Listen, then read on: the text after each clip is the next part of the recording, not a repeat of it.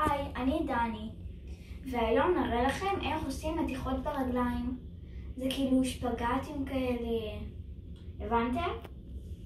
בואו נתחיל בשפגט. מה שאני אעשה עכשיו זה שפגט בנות. תסתכלו. ככה. אבל מי שזה קשה לו, הוא יכול להתחיל בשפגט בנים. בהתחלה ככה ולפתוח. אוקיי? ותזכרו, אפשר גם לעשות, בואו נעשה גשר, למתיחה של הגב.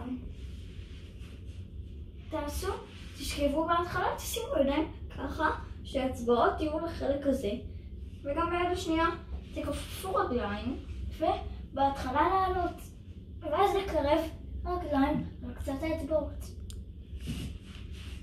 סבבה? אפשר גם לעשות גשר כזה. ומי שזה קשה לו לעשות עד הרצפה, אז הוא יכול לעשות ככה. ולגעת בקווים. אוקיי? טוב, ביי ביי.